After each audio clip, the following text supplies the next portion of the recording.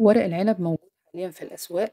يلا إذا كنتِ حابة تجيبي وتخزّني لِك شوية، سواء للسنة الجاية يفضل بقى إن شاء الله موجود عندِك، أو تستخدميه طول السنة. هاقول لِك على أحسن طريقتين أنا نفسي باعتمدهم وباستخدمهم على طول، وبينجحوا معايا جدًا.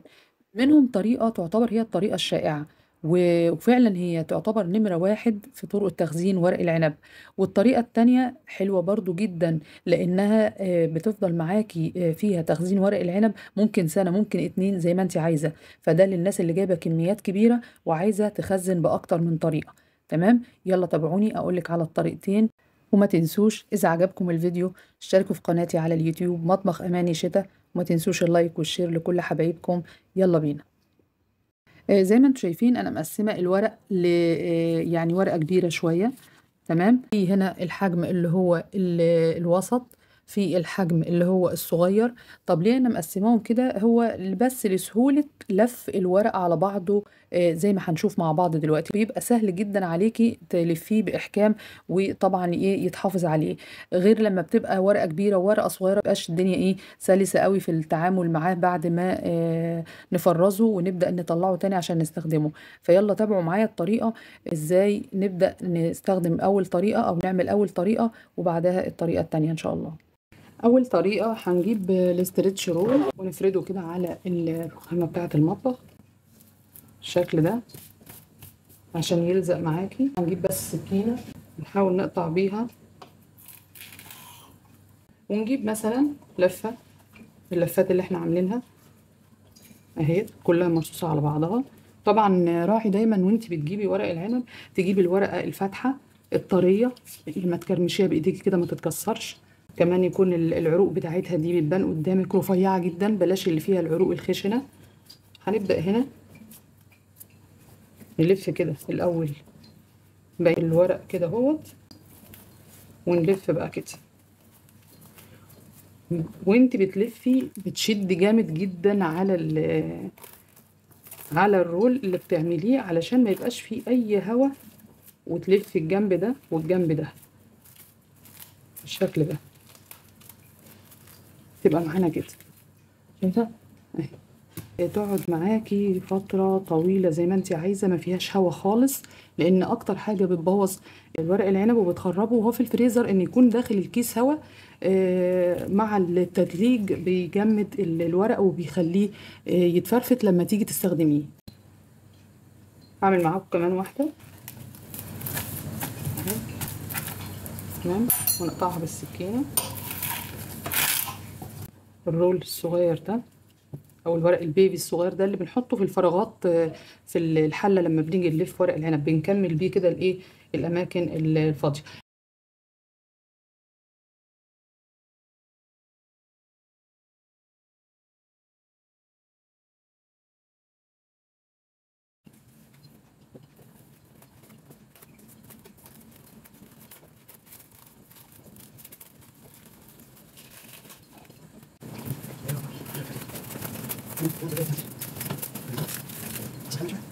الطريقة التانية هنجيب برطمان يكون نظيف ومعقمينه كويس جدا، وضروري يكون ازاز، يعني افضل يكون ازاز، وهنجيب بقية ورق العنب بتاعنا ونلفه رولات بالشكل ده.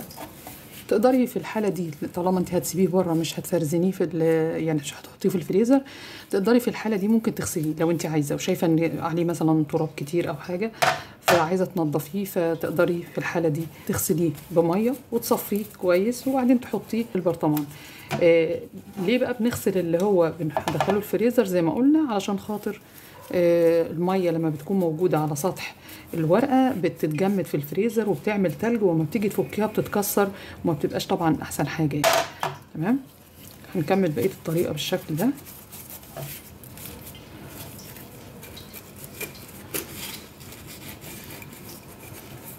ودايما تسيبي برضو فراغات شوية عشان خاطر المية تتخللها.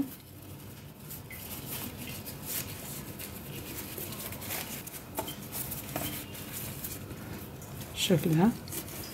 طبعا الورقة اللي انا جايباها دي يعني خشنة شوية، تمام، فدول افضل طريقتين للتعامل مع الورقة الخشنة دي. في طريقة ثالثة ان شاء الله هنزلها لكم المرة الجاية باذن الله.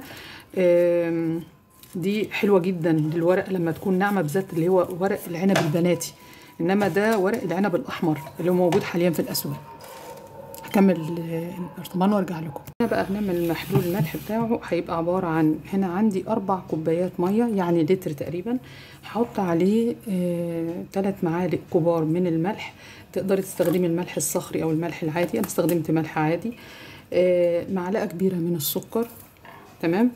ومعانا نص كوبايه من الخل. ما تقلقيش خالص، كل دي مواد حافظه، لان انا هسيب الورق العنب بتاعي بره، مش هحطه في الفريزر ولا حتى في التلاجة، فلازم اضمن ان المواد اللي بضيفها عليه تكون هي المواد الحافظه بتاعته، تمام.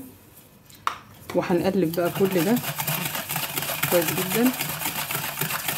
وعلى فكره دي ميه عاديه من الحنفيه، لا هي ميه سخنه ولا ميه مثلجه ولا اي حاجه. خلاص تقريبا الميه بتاعتي دابت اهي، خلاص هبدا اصبها هنا بقى لغايه ما تغطي كل ورق العنب تماما.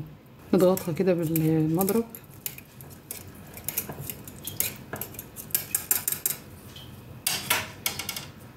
نروح نجيب، لو قلقانه من ان ورق العنب يطفو، هنجيب عود شيش، ستيكس بتاعت شيش طاووق، ونكسرها كده ونحطها كمان. لسه عايزه اتكسر حته كمان.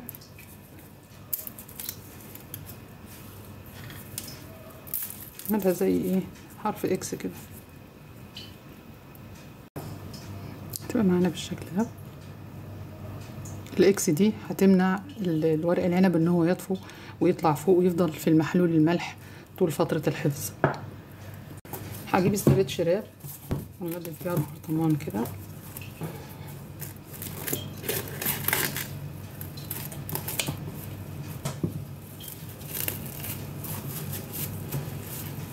عشان اولا امنع الهواء انه يوصل للبرطمان، ثانيا عشان خاطر البرطمان غطاه صاج فما يصديش لو المية بتاعه الحفظ دي جت عليه، لان ممكن اقلبه. في الحالة دي المية هتنزل تحت على الغطا، فبالتالي ممكن تخليه يصدي. البلاستيك بتاع الاسترتش راب ده مش هيخلي المية توصل للغطا. على النار مية بتغلي، ننزل فيها بالبرطمان بالشكل ده 5 دقايق بس، وبعدين نوطي النار العالية دي ونسيبه حوالي من ربع لنص ساعة. او امتى نبدأ نشيله؟ لما نلاقي لون ورق العنب اتغير معانا وبقى زي بالظبط اللي احنا بنجيبه جاهز في البرطمانات بتاعته كده، بيبقى واخد اللون المصفر ده كأنه مسلوق كده. بعد مرور تقريبا يعني 5 دقايق، شايفين بدأ يلون من تحت اهو. هنوطي بقى النار نحاول نقلب البرطمان على الوش اهو. زي ما انت شايفة احنا قلبناه الناحية التانية علشان بس نضمن ان المية وصلت لكل مكان فيه. يكمل النص ساعة بتاعته ونشيله ونشوف شكله النهائي يبقى عامل ازاي ان شاء الله. اهو كده بعد ما شلنا بقى البرطمان من المية المغلية، شايفة بالظبط نفس اللون اللي احنا بنشتريه جاهز، البرطمانات الجاهزة. هنا الغطا خلاص بقى جامد، دليل على ان هو الهواء بتاعه بقى خلاص. دلوقتي لما تيجي تفتحيه هيعمل معاكي حركة الفرقعة بتاعته. البرطمانات اللي بنجيبها مضغوط الهواء فيها، فده اكبر دليل على ان هو كده خلاص وصل لمرحلة ممتازة جدا من الغلق والتعقيم في نفس الوقت. وادي كمان الطريقة بتاعتنا التانية اللي قلنا عليها بتاعت الاسترتش راب. طبعا الطريقه بتاعت الاسترتش راب دي ممتازه جدا لانها ما بتاخدش مكان في الفريزر، بتستخدميها في اي وقت، سريعه الاستخدام العادي المتقارب من بعضه كده. انما مثلا طريقه البرطمانات دي فيها اكتر من ميزه. الميزه الاولانيه طبعا برضو انها الناس اللي ما عندهاش مكان في الفريزر دي بتوفر لها انها تحافظ على ورق العنب بكميه كبيره والفترات طويله. كمان اللي بيبقوا جايبين كميات كبيره قوي من ورق العنب وعايزين يبقى عندهم طول السنه ويمكن يتخطى السنه كمان، فيقدروا يستخدموا الطريقه دي. الطريقتين دول بيعتبروا من افضل الطرق بصراحه اللي انا جربتها للحفاظ على ورق العنب فتره طويله عندك. تقدري تستخدمي منه في اي وقت، سواء على المدى القريب او المدى البعيد. اتمنى تكون الطريقتين عجبوكم، وان شاء الله هنزل لكم فيديو تاني قريب برضو عن ورق العنب البناتي وازاي نتعامل معاه، لانه له طريقة برضو حلوة جدا ان شاء الله نشوفها مع بعض. مع تحياتي، مطبخ اماني شتا. مع السلامة.